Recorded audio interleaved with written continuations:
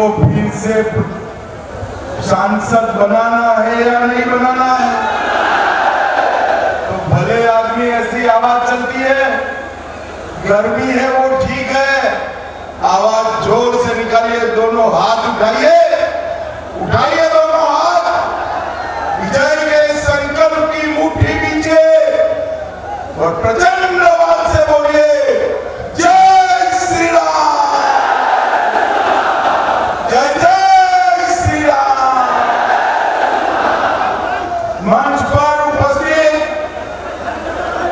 सुभाष यदुवंशी जी, श्री अरुण शुक्ला जी, बहन गुलाबो देवी जी, संजय पांडे जी, जय मंगल कलोदिया जी, सिसवा के विधायक प्रेम सागर पटेल जी, नौतनवा के विधायक ऋषि त्रिपाठी जी, बजरंग बहादुर सिंह जी, चौधरी शिवेंद्र जी, संजीव राय जी, और आज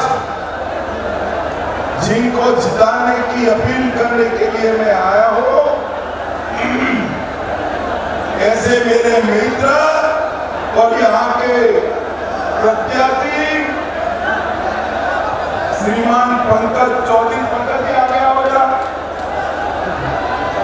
जोर से ताली बजाओ पंकज जी के लिए। और आज ये विशाल जनसभा के अंदर आए हुए प्यारे भाइयों बहनों माताओं और मेरे जिगर के टुकड़े जैसे युवा मित्रों, आप सभी को नमस्कार। भाइयों बहनों, मैं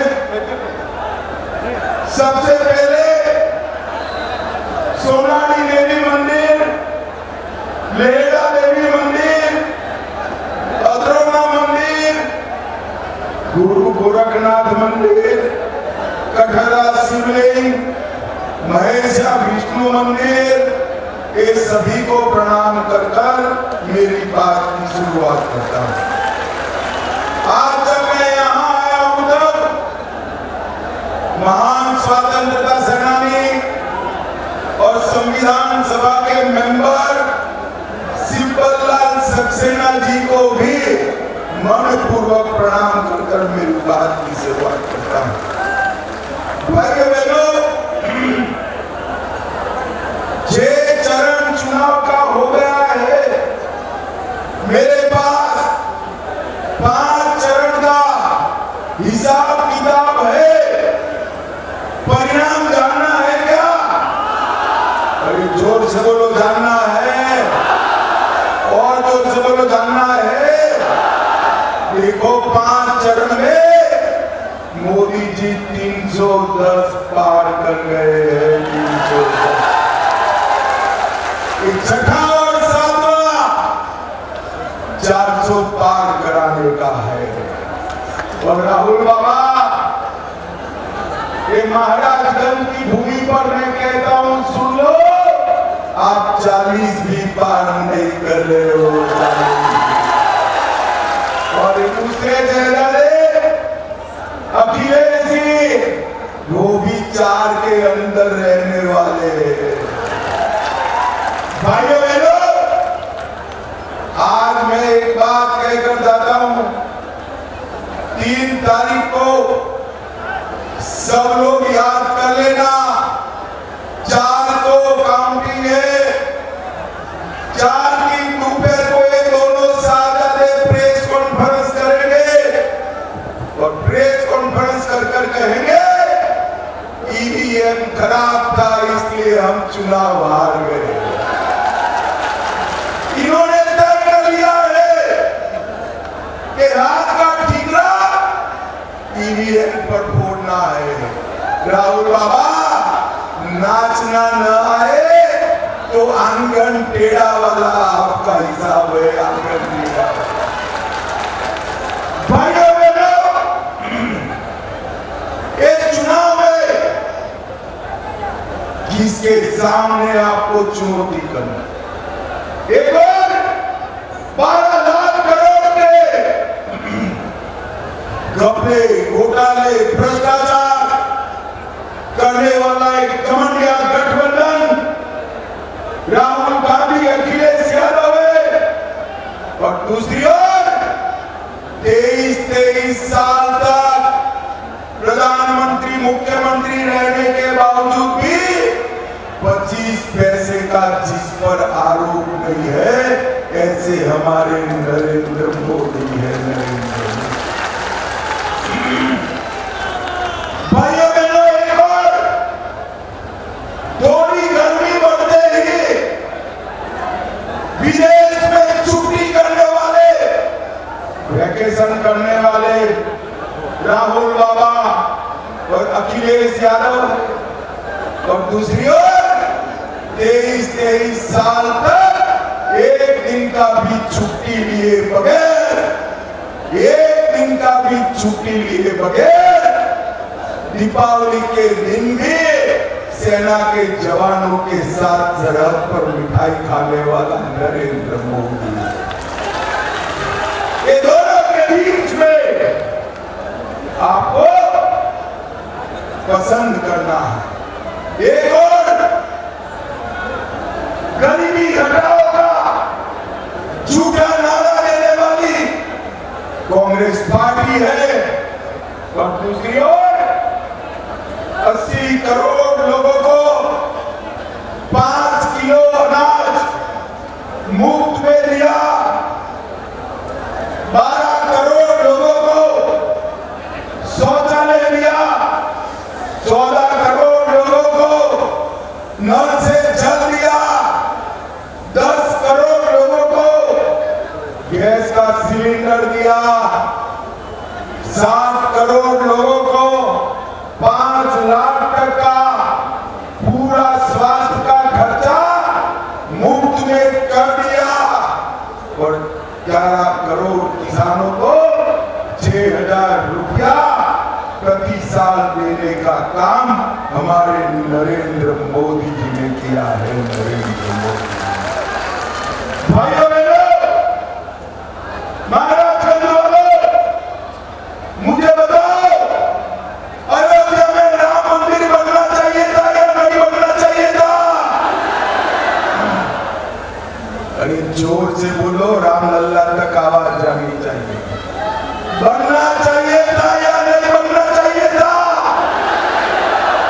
70 साल से ये कांग्रेस, समाजवादी पार्टी राम मंदिर को अटकाते रहे, लटकाते रहे, भटकाते रहे। मोदी जी को आपने दूसरी बार प्रधानमंत्री बनाया। मोदी जी ने 5 ही साल में भूमि पूजन भी किया, केस भी जीता, और जनवरी में प्राण प्रतिष्ठा कर जय श्री राम।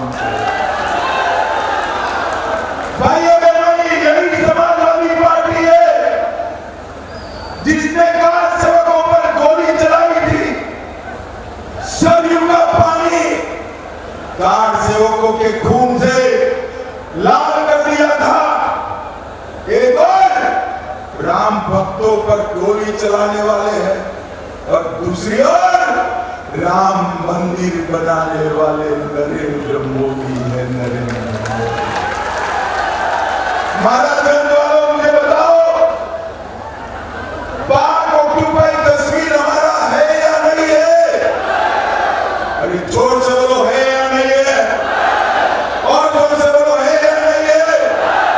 ये राहुल बाबा हमें डराते कि पाक ऑक्यूपाई कश्मीर न मानो। पाकिस्तान के पास एटम बम। अरे राहुल बाबा, हम तो भाजपा वाले हैं, पाकिस्तान के एटम बम से नहीं डरते हैं। आज मैं महाराजगंज की शिवलाल सक्सेना की भूमि पर से कहकर जाता हूं, पाक ऑक्यूपाई कश्मीर हमारा है, रहेगा, और हम उसको लेकर रहेंगे, लेकर। भाइयों बहनों, ये सारे समाजवादी पार्टी, कांग्रेस वाले झूठ बोलने में माहिर। अभी ये सहारा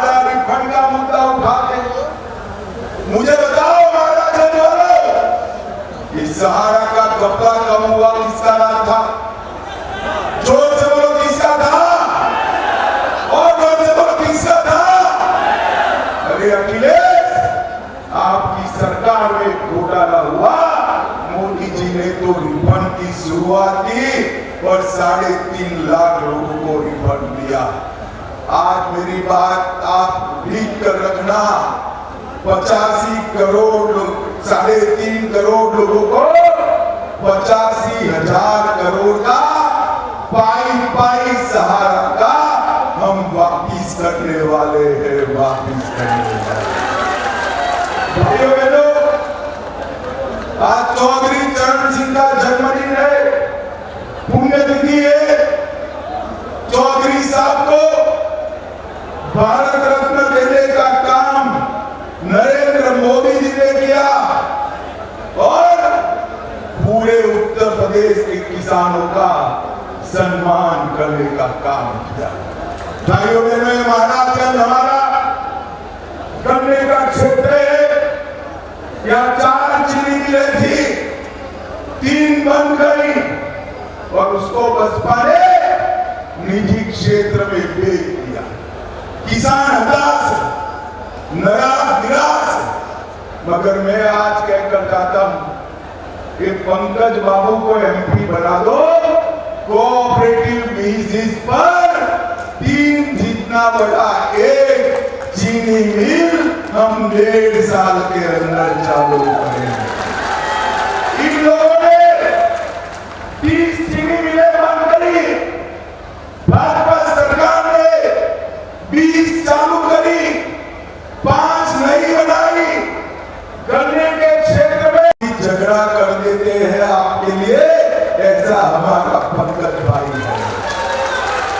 उन्होंने पडरौना से पीलीभीत हाईवे बनाया, पटनावल से गोरखपुर 4 लेन रोड बनाया, महाराजगंज बाईपास झुकीबारी बाईपास का निर्माण किया, चौक परसोनी से निचरोल पुरेना मार्ग का नवीनीकरण किया। निचरोल से पुरेना के अलावे महाराजगंज में 220 केवी का उपकेंद्र शुरू किया। 2,52,000 माताओं को गैस का सिलेंडर दिया, 64,000 गरीबों को घर दिया, 4,32,000 घरों में नल से जल दिया, 4,54,000 शौचालय बनाए, 4,41,000 किसानों को किसान सम्मान निधि दिया। भाइयों बहनों, कि मैं इसलिए बोल रहा हूं कि मेरा चुनाव समाप्त हो गया। अगर मेरे क्षेत्र में सुनेंगे तो कहेंगे अमित भाई आप तो निकम्मे सांसद हो, पंकज जी ने इतना सारा किया, आपने तो कुछ नहीं किया। भाइयों बहनों, बहुत अनुभवी मेरी पार्टी में सबसे अनुभवी सांसद में से एक हमारे पंकज चौधरी। दिया लेकर ढूंढोगे ना तो भी ऐसा सांसद नहीं मिलेगा। महाराजगंज वालों, गलती मत करना। प्रचंड बहुमत के साथ पंकज जी को जिताकर संसद में भेज। भाइयों बहनों, ऐसा होने वाला नहीं, मगर मान लो हो गया कि राहुल बाबा जीत गए तो एक घमंडिया गठबंधन का प्रधानमंत्री कौन बनेगा? कोई है? जरा बोलो भाई, कोई है? अरे चलो एक एक कर मैं नाम कहता हूं। शरद पवार बन सकते हैं क्या? अरे जोर से ना बोलो भाई, बन सकते? उद्धव ठाकरे, ममता बनर्जी, अखिलेश बाबू, अब हंसना मत, जरा भी मत हंसना। राहुल बाबा बन सकते हैं? अरे क्यों हंसे भाई? बन सकते हैं क्या? इनके पास प्रधानमंत्री पद का प्रत्याशी ही बने। पत्रकारों ने उनको पूछा कि आपका प्रधानमंत्री कौन? तो ये कहते हैं 5 साल एक गणा बनेगा। बोलो भाइयों बहनों, ये परचूरन की दुकान नहीं है, 130 करोड़ का महान भारत है। बारी बारी प्रधानमंत्री चल सकता है क्या? जो चल सकता है? मुझे जवाब देना, पाकिस्तान को मुंह तोड़ जवाब कौन दे सकता है? कौन दे सकता है? जोर से बोलो, कौन दे सकता है? 60 करोड़ गरीबों के घर में गैस, बिजली, पानी, शौचालय, खाना कौन पहुंचा सकता है? कोरोना से कौन बचा सकता है? दुनिया में भारत का डंका कौन बजा सकता है? भाइयों बहनों, मैं जहां भी जाता हूं सब जगह ये मोदी मोदी मोदी मोदी है। भाइयों बहनों, ये मोदी मोदी का नारा विकसित भारत का नारा बना है। और आज उत्सव है लोकतंत्र का। 1 तारीख को इतनी चिलचिलाती धूप में मत जाइएगा। माताएं बहने को कहता हूं, जब तक वोट डालकर ना आए चाय मत पिलाना, वोट डालने के बाद ही घर वाले को चाय पिलाना, ठीक है ना? वोटिंग करोगे क्या? पंकज जी को प्रचंड बहुमत से जिताओगे? मोदी जी को फिर से प्रधानमंत्री बनाओगे? तो मेरे साथ दोनों हाथ उठाइए, उठाइए दोनों हाथ, विजय के संकल्प की मुट्ठी भींच कर बोलिए, जय श्री राम, जय जय श्री राम, भारत माता की, वंदे वंदे वंदे।